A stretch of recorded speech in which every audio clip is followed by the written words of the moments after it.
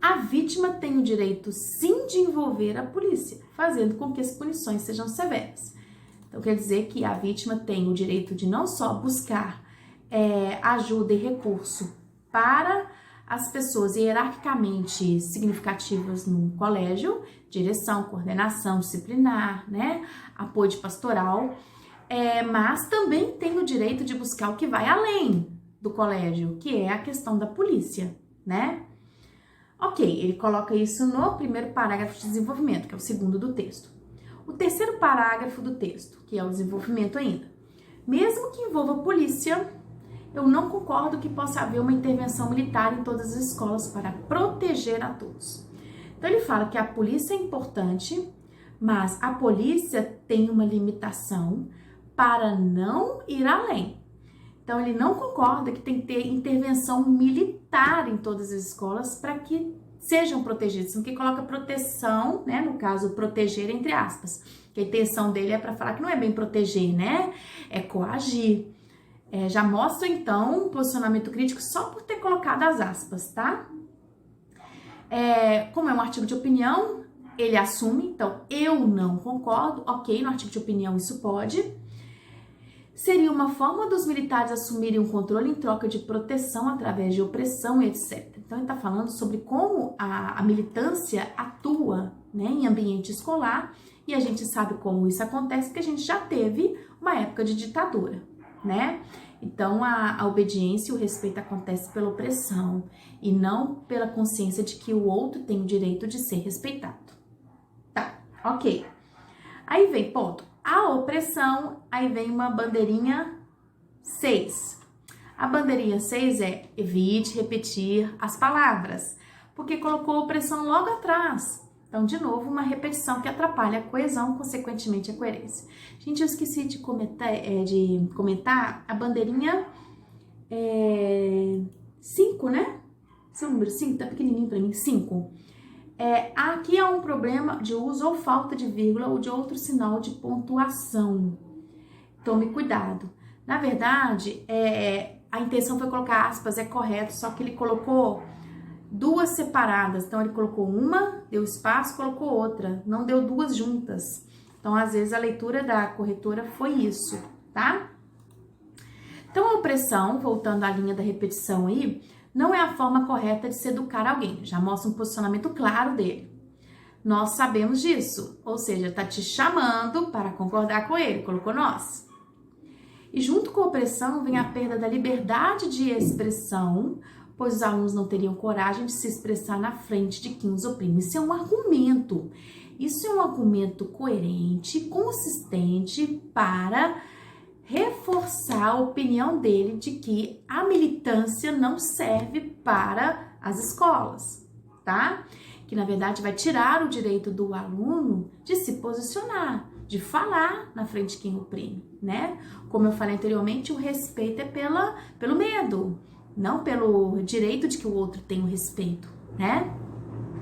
Então ele coloca argumentos claros, muito bons mesmo, e vem a conclusão. A opressão seria um regresso na história do nosso país depois da recente ditadura que vivemos. Bom, ele colocou vivemos em primeira pessoa do plural, que claro que eu, ele e vocês, né, colegas também, não viveram a ditadura. Mas vivemos no sentido de sociedade. Então, falando que a gente também recebeu esse resquício de ditadura hoje. Até porque a gente sabe dos malefícios que essa época teve, né? Então, tá falando do regresso que seria na história voltar a essa opressão militar. É um posicionamento dele, ok? E ele mostra também, gente, bagagem cultural, porque ele se pauta no texto a partir de um fato histórico, social e político. Então, isso dá mais peso, juízo de valor e credibilidade ao texto dele. Tipo, quem lê fala assim, olha, ele sabe do que tá falando, né? Ele relaciona com outras questões. Então, não é só o achismo dele, nem o que ele só concorda. Ele busca outras questões de natureza política, social, econômica, para justificar o ponto de vista dele. Então, isso ó, é maravilhoso. A solução, então ele dá até uma possibilidade de solucionar o problema. A solução para evitar ou eliminar qualquer possível agressão nas redes de ensino, ele coloca tanto pública quanto privada, quando fala redes de ensino, seria exatamente a conscientização das consequências dos atos. Então é para mostrar com mais clareza para as pessoas que existe consequência de cada ato. E essa consequência é a mesma dentro do ambiente escolar e fora dele, porque regra é regra, né? E a conscientização, gente, é uma pegada interessante porque ela se pauta na educação. Então, tudo parte, fundamenta da educação, né? Então, o princípio do educar é o conscientizar. Então, a gente só conscientiza quando a gente orienta, quando a gente educa, quando a gente possibilita ao outro o conhecimento. E acompanhamento de um psicólogo para se trabalhar autocontrole e autoconhecimento. Então, ele dá uma sugestão aqui das pessoas buscarem ajuda de psicólogos. É claro que toda escola tem uma sustentação nessa área, né? E essa questão do autocontrole e autoconhecimento, ela vai muito para a inteligência emocional, que é um ponto muito importante que todos nós devemos desenvolver, né? É a questão de você se conhecer, saber onde está o seu limite e aonde você pode ir. E como ter controle dos sentimentos.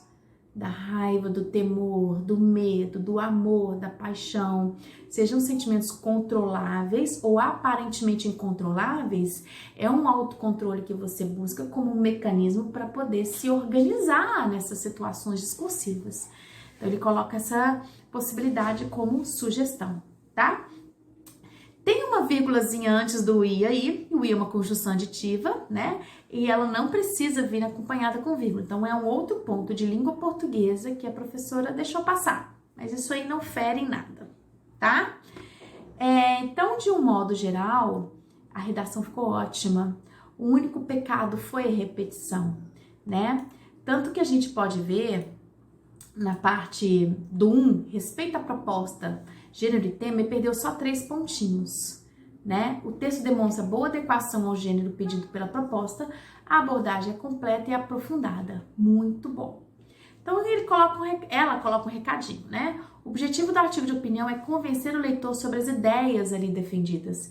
Em alguns momentos do seu texto faltou sua posição em defesa de um ponto de vista. Então, o ponto de vista foi claro. Então, ela acha que faltou um posicionamento mais específico do ponto de vista, né? Isso é um olhar dela, perdeu só 3 pontinhos por causa disso, tá? Sobre língua portuguesa, como teve só um desvio marcado por ela, não houve perda de ponto, então 30 pontos completo. Você apresentou ótimo domínio da norma padrão da língua, com nenhum ou raríssimos desvios, além de um ótimo nível vocabular. Parabéns. Só uma vírgula e pontuação. Eu colocaria aquela vírgula também antes do I. Talvez com 2 desvios de português já perderia um pouquinho, os 3 pontos, os 4 no máximo, tá? Recadinho. Evite a repetição de palavras em curtos espaços em seu texto, pois isso poderá prejudicar a coesão do seu texto. Isso daí é um recadinho do que vem o próximo, tá? Mas é claro que vale para pontuação, porque é um processo de coesão, né? Bom, sobre progressão, coesão e coerência, sobre a forma de argumentar, como organiza esses argumentos de uma forma coesa e coerente, tem a seguinte observação. Projeto de texto identificado, mas ainda pouco estratégico. Articulação correta entre as ideias, com desvios raros no uso de recursos coesivos. Então, são os elementos de coesão, conjunções, locuções conjuntivas, para unir uma oração a outra para estabelecer um período coeso e coerente, tá? Não tem nenhuma contradição. Então, se ele começa com um ponto de vista, ele vai até o fim. E ele respondeu a pergunta dele na conclusão, tá? Recadinho. No seu texto há muitos períodos longos e que precisam ser reduzidos. Para isso é interessante usar conectores que fazem um excelente papel de ligar as informações contidas nas orações e, por consequência, entre os parágrafos. Vocês devem ter estudado isso com Suelen, ou estão estudando, que são as conjunções. Tem conjunção coordenativa, conjunção subordinativa. Estas conjunções, elas servem o papel da liga, são os conectores, tá? Então tem muita gente que fala assim, pra que eu vou estudar gramática? Bom, gramática a gente dá nome, mas o fundamento funcional dela é para a redação também. Então, se vocês estão estudando conjunções para estabelecer uma relação entre orações, é claro que eu vou precisar disso para vocês fazerem textos bons, tá? Projeto de texto foi identificado, ou seja, é um artigo de opinião que se posiciona, mas é pouco estratégico, talvez segundo o avaliador, faltou uma estratégia para solidificar mais o posicionamento crítico, tá? Porque os argumentos são bons, então talvez faltou verticalizar esses argumentos, tá? Então fala que tem boas ideias, né? Mas o período é longo. Como assim? Às vezes um período, uma frase, né, verbal, ela vai passar de 2 linhas, então ela tá longa mesmo. Então, divide isso, tá? Diminua. Use os elementos conectores, parta esses períodos. Muito cuidado com pontuação, tá? Períodos muito longos tornam textos cansativos. Então, evitem. Também não pode ser curtinho, senão vira texto infantilizado, né? É um texto com a proporção que vocês julgarem que tá interessante. Não muito longo, não muito curtinho. Ok? Pessoal, então é isso. Analisamos um artigo de opinião do Bernardo Luca. E outros alunos que eu estava olhando lá, teve notas muito boas e alguns menos de 80, mas textos também muito bons, tá? Quero dar parabéns para todos que investiram na redação e enviaram para o site Redação Tamil. Tem alguns alunos que me preocupam, que ficaram devendo e esses textos são avaliativos com certeza. Eu depois vou transformar esses 100 pontos em 3 pontos, cada redação que eu propor será 3 pontos. E é claro que na próxima semana eu vou dar uma nova proposta de redação, então fiquem ligados para não perder o prazo e enviar, tá? É isso, pessoal. Então tá aí uma análise de artigo de opinião. A aula de hoje foi mais para a gente estudar profundamente a estrutura, características e finalidade usando um texto de vocês. E eu também quero que vocês façam um exercício que eu coloquei também aí disponível, de artigo de opinião. Isso é uma análise que a gente vai fazer. Tem um exercício interessante pedindo argumentos, contra-argumentos. Então, vocês vão entender muito bem essa estruturação do texto que eu propus através dos exercícios, tá? Foram todos estratégicos para vocês entenderem isso mesmo. Em algum momento do artigo de opinião em estudo, vocês vão ver a palavra tese. Tese nada mais é que a ideia defendida pelo autor. Então, aqui, por exemplo, o texto do Bernardo, a gente viu que a tese defendida por ele é que a violência nas escolas é uma questão social, tá? Tanto que a proposta dele para solucionar o problema são todas no âmbito social. A conscientização das consequências dos atos, o acompanhamento de psicólogo para entender a si próprio. Então, ele conseguiu desenvolver a tese dele com argumentos e solidificou na conclusão. Essa é a tese, tá? Vocês vão escutar muito essa palavra tese, não só agora em artigo de opinião, mas muito quando a gente estudar em texto de Enem. Então, já vão acostumando com essa palavra, tá? Em vez de falar ideia defendida pelo articulista, que no caso quem faz artigo de opinião é articulista, né? A gente vai falar tese, ok? Um beijo para vocês. Bons estudos. No horário de vocês online que já foi enviado, vocês vão ter a chance de fazer perguntas para mim. Então, tentem assistir as nossas aulas no horário marcado, porque eu vou estar disponível online para responder qualquer pergunta na hora, tá bom? E continuo no Zap, tá? Do mesmo jeito, mas vamos usar essa ferramenta do Classroom agora, tá?